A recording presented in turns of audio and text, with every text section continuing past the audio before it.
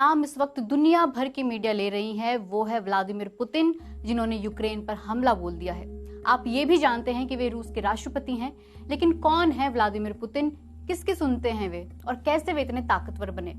साल 2000 तब से ही पुतिन रूस की सत्ता में है। पिछले 22 साल में वे रूस के प्रधानमंत्री भी रहे हैं और अब राष्ट्रपति हैं। सोवियत के सबसे बड़े नेता और तानाशाह जोसेफ स्टालिन के बाद पुतिन ऐसे नेता हुए हैं जो इतने लंबे वक्त से रूस की कमान संभाल रहे हैं।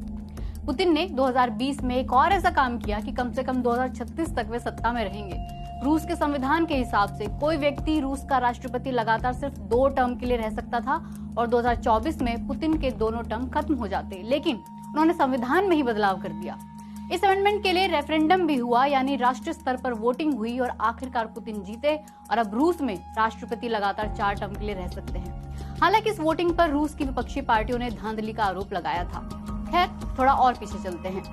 केजीबी सोवियत संघ की खुफिया एजेंसी हुआ करती थी और पुतिन कभी इसके जासूस हुआ करते थे। अब भी पुतिन के करीबी और दोस्त ऐसे लोग हैं जिनके खुफिया एजेंसियों से रिश्ते थे या हैं। पुतिन का पॉलिटिकल करियर 90 के दशक में शुरू हुआ जब वे सेंट पीटर्सबर्ग के मेयर एनातोली सबचेक के टॉप असिस्टेंट थे। 1997 में पुतिन बन गए रूस की खुफिया एजेंसी एफएसबी के चीफ। 1999 में रूस के तब के राष्ट्रपति बोरिस येल्त्सिन ने रिजाइन कर दिया और पुतिन को एक्टिंग प्रेसिडेंट बना दिया, यानी कि अगले चुनाव तक पुतिन को राष्ट्रपति बना दिया। लेकिन उसके बाद पुतिन ने पीछे मुड़कर नहीं देखा और तब से लेकर आज तक रूस की पावर उनके हाथ में ही है। वे चुनाव जीतते भी हैं, फिर चाहे उन पर वोट में धांधली करने के भी आरोप लगते रहे। पुतिन के आलोचक कहते हैं कि पुतिन के लक्षणों से तो लगता है कि वे सोवियत युग की चाह रखते हैं। वे दोबारा सोवियत स्टाइल मिलिट्री परेड करवाने लगे। तानाशाह स्टालिन के पोस्टर जो कभी बैन कर दिए गए थे, वे वापस रूस में दिखने लगे।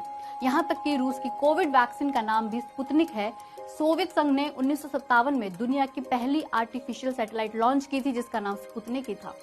पुतिन कहते रहे हैं कि 1991 में सोवियत संघ का टूटना 20वीं सदी की सबसे बड़ी जियोपॉलिटिकल तबाही थी, ट्रेजेडी थी, और उन्हें ये बिल्कुल पसंद नहीं कि नेटो 1997 के बाद से रूस की सीमाओं तक आ पहुंची है। 1997 के बाद कई देश नेटो में शामिल हुए। जैसा कि हम पिछली वीडियो में भी बता चुके हैं कि नेटो 30 देशों का एक डिफेंस अलायंस है जिसका मकसद है कि हमले के वक्त एक दूसरे की मदद के लिए आना। नेटो की रूस की सीमाओं तक पहुंचने से पुतिन का मतलब ये है कि लातविया, लिथुनिया, एस्टोनिया जैसे देश जिनकी बॉर्डर रशिया से लगती है, वे भी नेटो के सदस्य बन चुके हैं और ये देश पहले सोवियत संघ का ही हिस्सा थे। 1991 में सोवियत संघ टूटने के बाद अलग देश बन गए।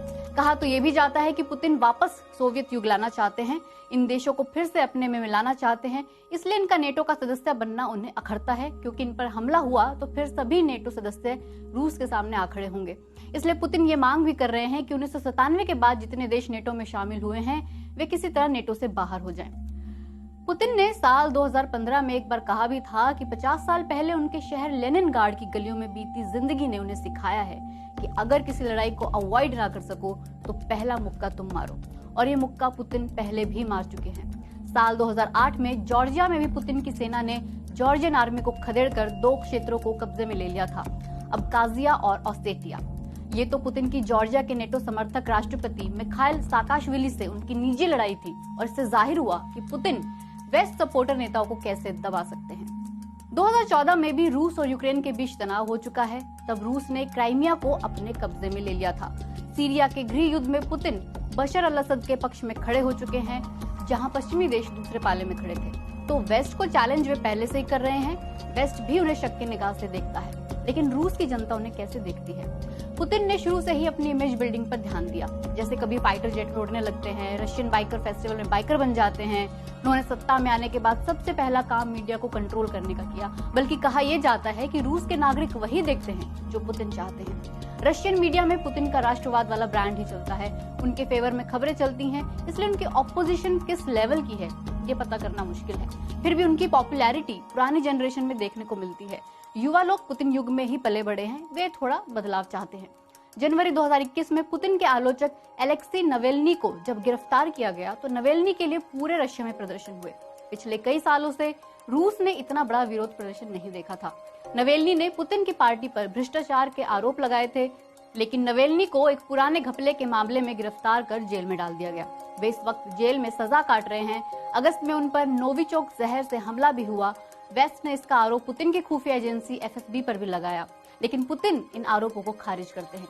माना जाता है कि पुतिन के पास काफी संपत्ति है, लेकिन वे अपने परिवार और पैसे को पब्लिसिटी से दूर ही रखते हैं। 2016 में पनामा पेपर लीक में पुतिन के पुराने दोस्त का नाम भी आया था। पुतिन की पत्नी ने 30 साल की शादी के बाद 2013 में उन्हें डिवोर्स दे दिया और तब कहा था कि पुतिन वर्कहॉलिक है, यानी वे सिर्फ काम पर ध्यान देते हैं। रॉयटर्स न्यूज एजेंसी की एक इन्वेस्टिगेशन से पता चला था कि पुतिन की एक बेटी कैटरीना मॉस्को की एक सरकारी यूनिवर्सिटी में शीर्ष पद पर है। उनकी सबसे बड़ी बेटी मारिया भी अकादमिक फील्ड में है। पुतिन की पहली 2 प्रेसिडेंशियल टर्म में रूस ने तेल और गैस एक्सपोर्ट से अच्छा पैसा कमाया।